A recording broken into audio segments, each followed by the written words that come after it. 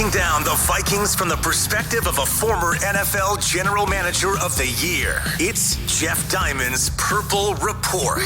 Presented by your select Minnesota Buick GMC dealers. Welcome to Jeff Diamond's Thursday Purple Report. Brought to you every Thursday and on Mondays during the Viking season by your select Minnesota Buick GMC dealers on 1500 ESPN and available 24/7 on YouTube via links from the 1500 ESPN and Score North websites. I'm Jeff Diamond, former Vikings GM, former Tennessee Titans president. Our producer is Jason Stormer. Jason, how you doing? Nice to have a little bit better weather out there, which it looks like it's going to carry over to Lambeau Field on Sunday, this more mild winter. Mid-30s, right? Something like that? No snow, anything like that? I mean, I was making a joke with you before we started recording here that it's kind of funny how this time of year at Lambeau Field, when like it's a night game or something, like half the field is more orange than green and gold. Might not be the case this Sunday, though. They're going to be wearing shorts out there. Yeah, seriously. Definitely. It's going to be a mild day, although they say there's a chance of a little precipitation, which can make things a little dicey during a game. We'll see what happens. But the Vikings and the Packers, it is Packer Week. That's always an exciting time when the Vikings and Packers hook up again. Of course, the Vikings won the opener this year against Green Bay up here at US Bank Stadium, a 23-7 victory. Justin Jefferson ran wild in that game, starting on his fantastic season. And it will be very interesting to see how the Packers play him in this particular game. We'll talk a little bit more about that as we progress. But after that game, the Vikings, of course, have gone on to a fantastic season, 12-3 at this point, winners of the NFC North. The Packers, the defending three-time champions, are hanging in there at 7-8 and trying to inch their way into the playoffs. I don't think they're going to make it, Jason. I hope they don't. I'm not sure if it's going to happen this week at the hands of the Vikings, but when you look at the schedules and you look at Washington needing 2 wins and the fact that the Commanders have a relatively easier schedule and the Giants just need 1 win to get in. They host the Colts this week. The Commanders have Cleveland and then Dallas, both in Washington. And Cleveland, we know, is pretty much done. They're eliminated, which is a good thing with Deshaun Watson having a bad first season there, which I'm happy about. Yeah, I'm fine with that too. That's exactly. And then Dallas could come in there in the finale with nothing to play for, because if the Eagles wrap up the division this week against the Saints, then Dallas is locked in at number 5, and they would likely rest a lot of players. So I think it's still an uphill climb for the Packers. But the problem is they believe that they're in the hunt. And so that'll make it a little more interesting this Sunday. But I think that's perhaps good for this Viking team, for their focus, to know that, hey, Green Bay's alive. They're going to give them their best shot. Players were talking about that this week out of the facility. And so the Vikings know that they have to play a very strong game and in the elements, whatever elements are there, and they are practicing outside this week. I think that's all good, smart on behalf of Kevin O'Connell and company to do that. But Vikings and Packers, Vikings coming off the great win over the Giants, 27-24. Greg Joseph with that record-setting 61-yard field goal as time expired after Justin Jefferson makes 2 great plays on great throws by Kirk Cousins, facing all-out blitzes from the Giants. Another exciting game, another one-score game. The Vikings 11-0 in one-score games now, NFL record setters in that category. It's been an amazing year. Let's look back briefly at the Giants game, the victory, and the postgame in the locker room with Kevin O'Connell. We get 2 more opportunities to cement what we are for this regular season, while also knowing we're taking steps to being at our best when we need to be at the end of this thing. All right, lock in the feeling. All right, we've had this feeling a lot, 12 times for a matter of fact. But lock this in, and we work for this feeling every single week. Everything you got from here on out, week in and week out, we work for this feeling again and again and again until they don't let us play any more games. You guys with me? Yes, sir. All right, it's on us. It's all right down out there in front of us. All right, what an opportunity. What a group. I love this team. Love each and every one of you. A lot of love going on in that locker room. When you win games, there's always a lot of love. A lot of love going around. Winning locker room. You're right. Yep. Which is a great thing. And so, as Kevin O'Connell mentioned, it's never easy going into Green Bay and Lambeau Field, and he talked about that this week too. What an opportunity for our team this week, playing a team that's playing really good football right now. Going to Lambeau Field to play the Green Bay Packers late in the year, almost January here. When they're playing really well. It's going to be a heck of a challenge for our team. We just got to continue to focus on doing the things that we can do, control what we can control with our preparation, and be ready to have a very, very competitive game up there on Sunday. So, now I'm going to say something here about the Packers, Jason, because I think it's a little bit of a mirage what's going on in Green Bay recently, and I'll tell you why. Because if you look at who they've beaten these last 3 weeks, starts out the Bears, and the Packers are down 19-10 in that game, come back and win it 28-19. The Bears are 3-12, having a terrible season. Then they beat the Rams, probably the most disappointing team in the NFL this year, and they're 5-10. So they beat them 24-12. Then they go to Miami last week, and they're down in that game 20-10. Everything's looking really good for the Dolphins until at some point Tua Tagovailoa got a concussion, his third concussion this year, and all of a sudden things unravel for the Miami Dolphins in the second half. A very costly game for them, but kept the Packers alive. Again, he throws 3 interceptions on their last 3 series. Let's look at the last interception. You can see how out of sync Tua was at that point in the game.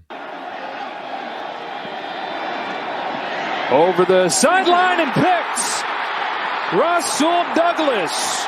Third consecutive drive that ends in an interception. Yikes. Yikes is right. As we said, Tua was not himself in that second half, and the Packers capitalized on it. But when you look back to earlier in the game, before he had his third concussion, and the Dolphins are moving the ball, they had 271 yards of offense in the first half against Green Bay, including 213 yards through the air. Jalen Waddle ends up with 100-plus yards on the game, including this 84-yard touchdown. Tagovailoa under pressure, found a hole for Jalen Waddle, got a block and got free. Waddle with the speed, takes it inside the 30, keeps on going, all the way home. Touchdown, Miami. So we can see that there are some holes in that Packer team on defense. They have been playing fairly well the last few weeks, but again, look at the competition, look at what happened in the Miami game, and take it all with a grain of salt before we proclaim the Pack is back. I don't think they're back, and that's why I'm picking the Vikings to win this game this week.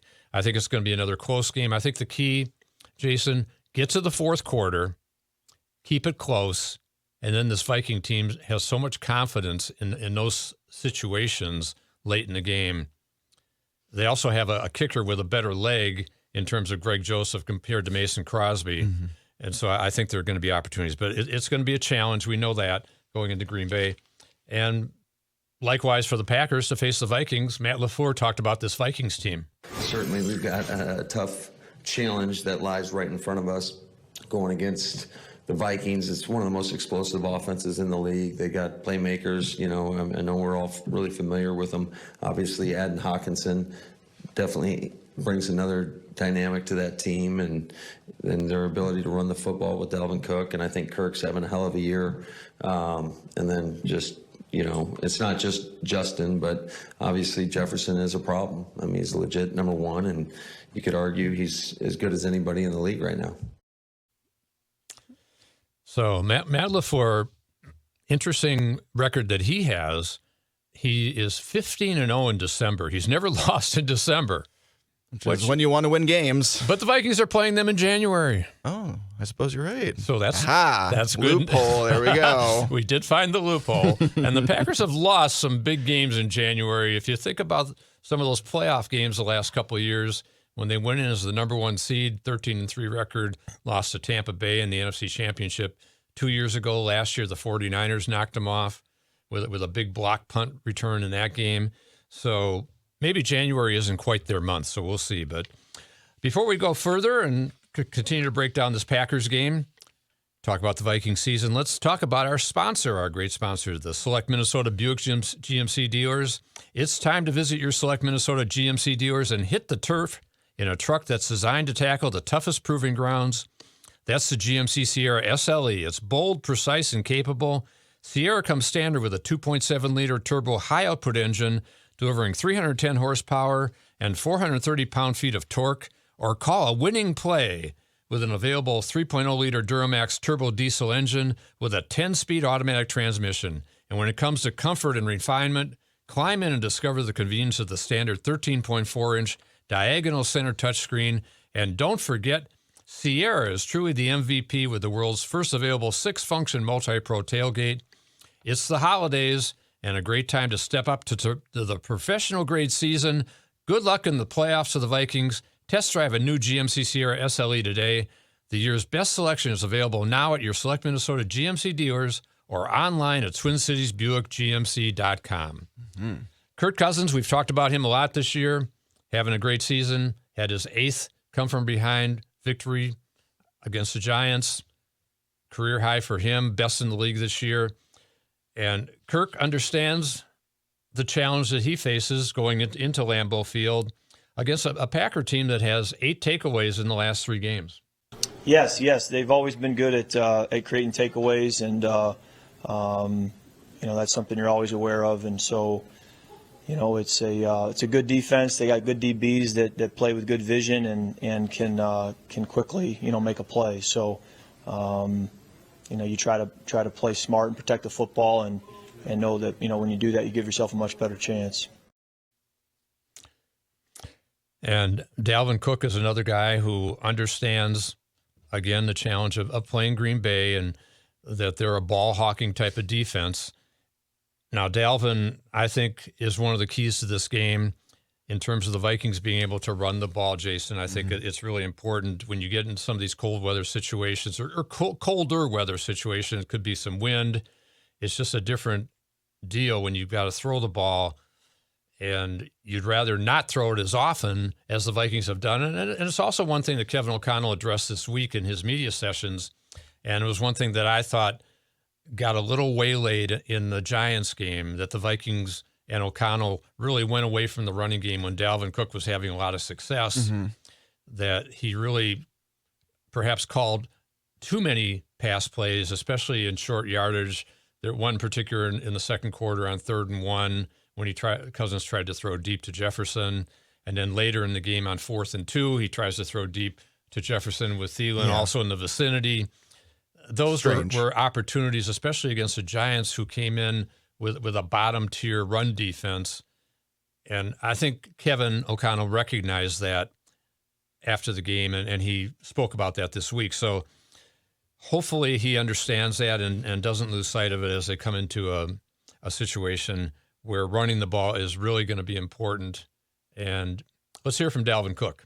You're seeing a team that's trying to put it together, playing good football the last couple of weeks, turning the football over.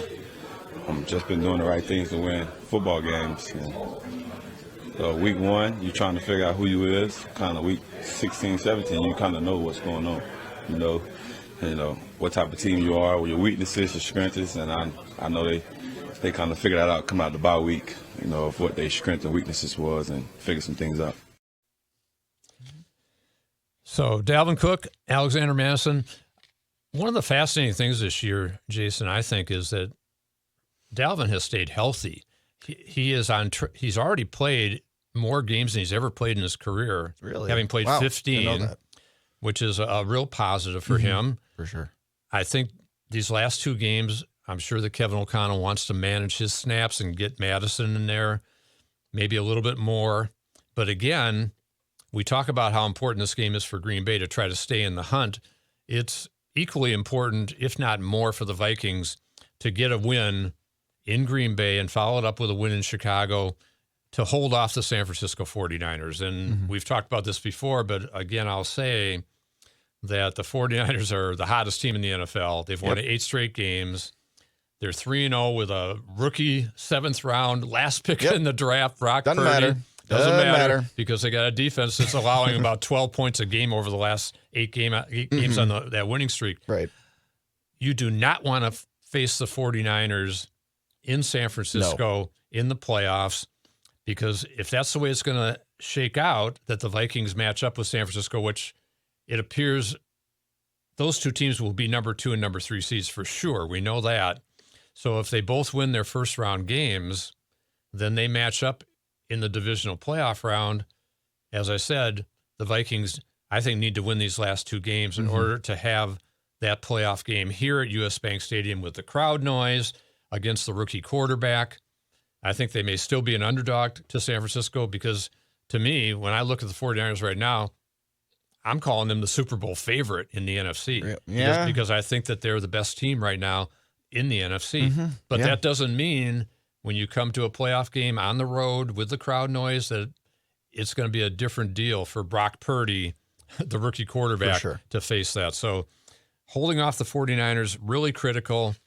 And San Francisco this week is going to Las Vegas to face the Raiders, who it was just announced by Josh McDaniels that he's benching Derek Carr. I mean, I know he leads the league in interceptions, but is he really much? I don't know how much better he is than Jared Stidham. You know what I mean? And I don't know what that really does to their locker room, because Derek Carr's been there for a long time, and I know there's been questions about if he's going to come back or not, but still, I think there's already been announced that he's taken like a leave of absence from the team now. So the Raiders are always kind of messy, no matter what. Doesn't matter if they're in Oakland or in Vegas. They're the Raiders. You are right. That's absolutely they're right. Fun, and I'm not giving them any chance against the 49ers this week. No. With Jarrett Stidham playing quarterback, even though Devontae Adams is there, and maybe Devontae's regretting being there at this point in time. The money's good, at least. Yeah, it is definitely good. And it'd probably be fun to live there. Yeah, maybe. Right. Maybe. Right. He's not freezing in Green Bay. No. But not anymore. As I said, San Francisco is not losing to Las Vegas. They're not losing to Arizona in their finale in San Francisco. No. So the 49ers are going to finish 13-4, which means the Vikings better finish 14-3 and stay ahead of them. Like you said, though, I really want to just run the ball these next few games, because the Packers' run defense isn't much better than the Giants' run defense, and the Bears' run defense isn't much better than the Giants and the Packers' run defenses. Alexander Madison, I think, only got 4 carries in that Giants game. I want him to get at least 10 in this one. If we could get maybe a 60-40 timeshare, maybe between the two of them today. I mean, obviously, that depends on the game flow and everything. Sure. You got to actually be able to establish you can do that, but I would really like that to happen in this game because, the conditions are going to be good, all things considered, at Lambeau Field this time of year, but still really we don't know what the passing elements really are going to be like. We never really know for sure, but we'll see what happens. But I'm pretty optimistic about this game too. I did pick the Vikings to win 30-27, even though the Packers are favored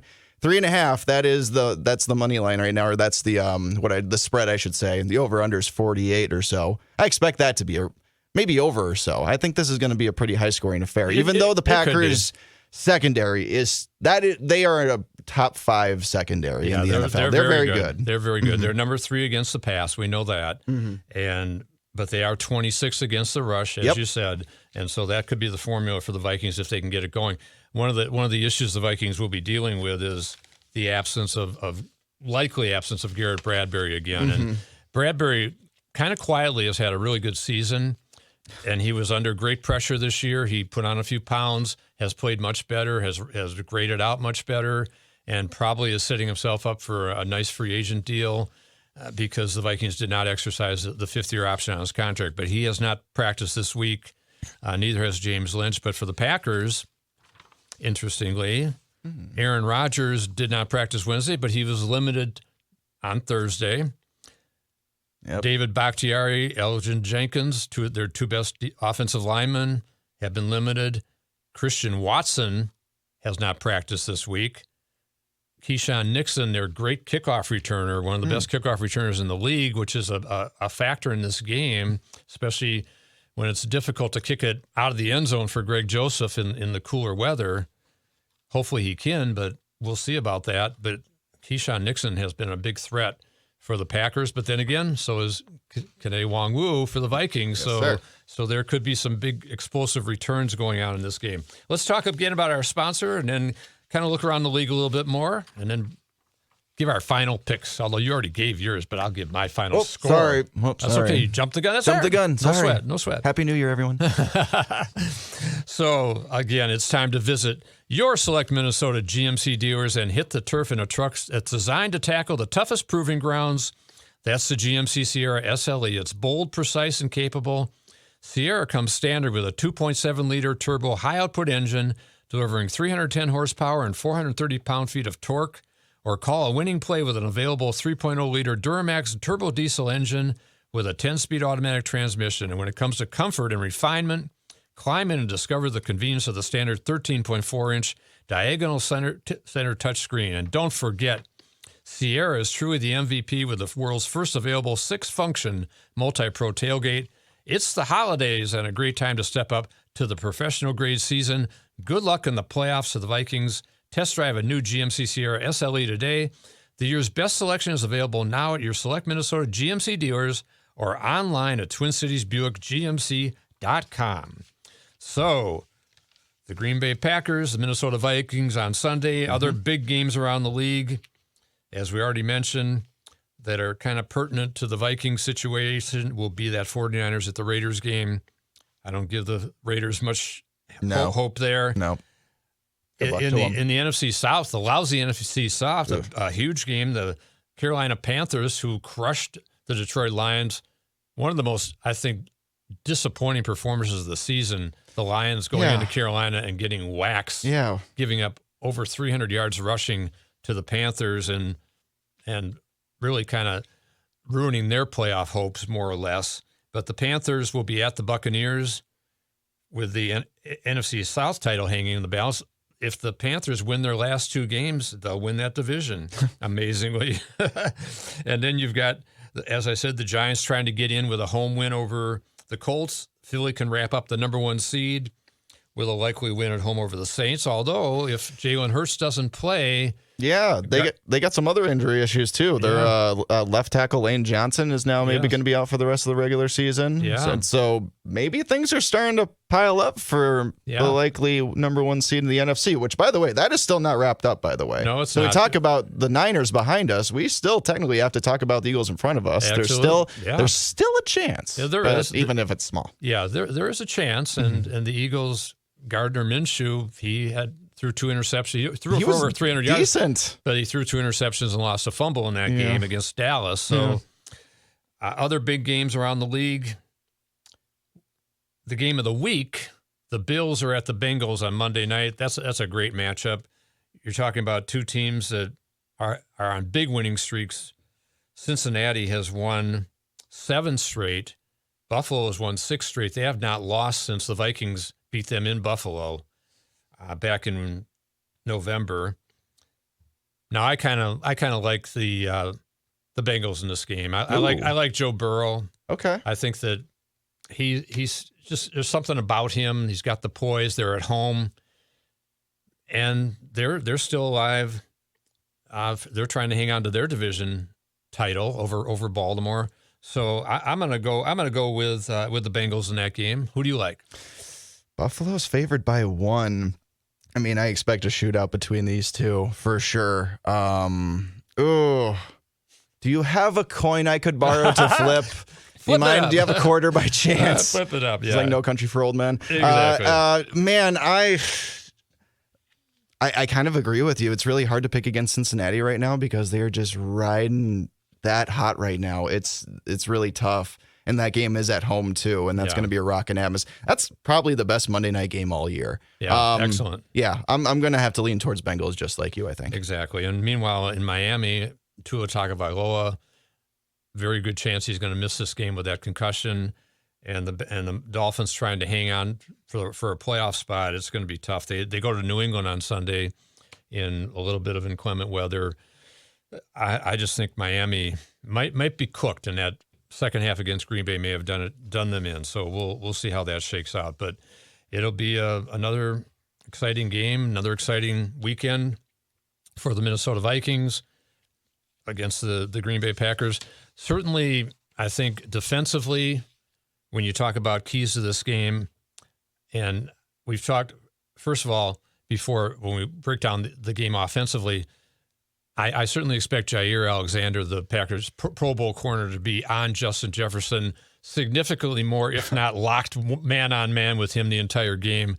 The Packers certainly should have learned a lesson from that opening game when Jefferson had 9 catches for 184 yards and 2 touchdowns.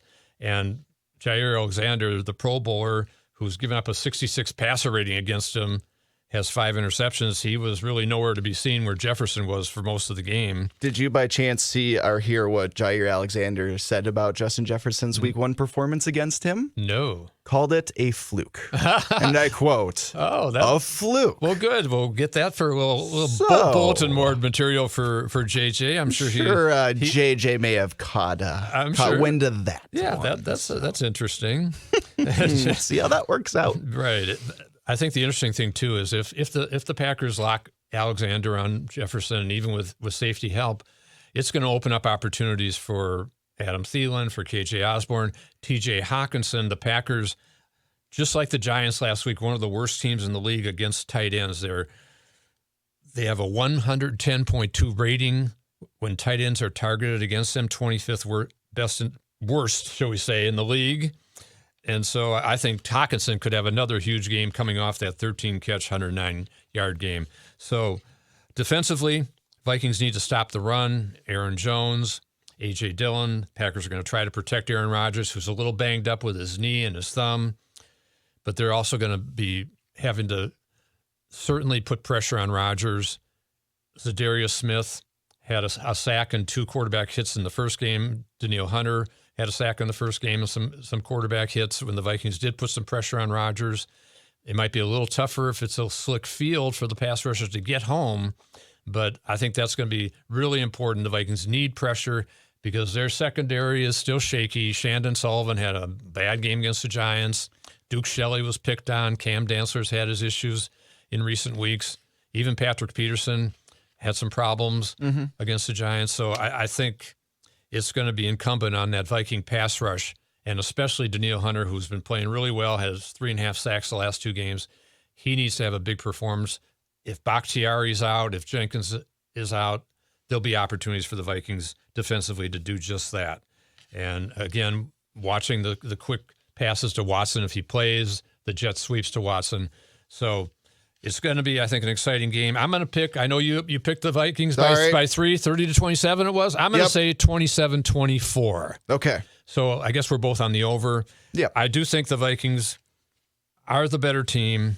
I don't think this is Green Bay's season, and I think the Vikings will relish the opportunity to knock out the Packers and still maintain that number 2 seed. So we will be back on Monday to break it all down with our Monday report, and then back on Thursday to preview the Bears heading into Soldier Field for the regular season finale.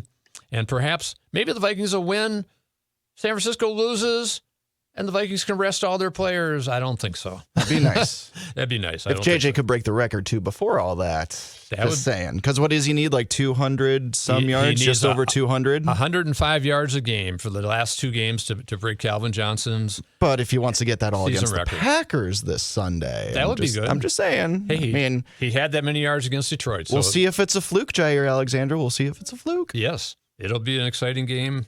Looking forward to Sunday afternoon in Lambeau. Late start, 3:25. So join us on Monday. We'll break it all down. And again, back next Thursday, preview the Bears. And this has been Jeff Diamond's Thursday Purple Report, brought to you every Thursday and on Mondays during the Viking season by your select Minnesota Buick GMC dealers on 1500 ESPN and available 24/7 on YouTube via links from the 1500 ESPN and Score North websites. I'm Jeff Diamond with Jason Stormer. Everybody have a great week. Happy New Year, and we'll talk to you next week.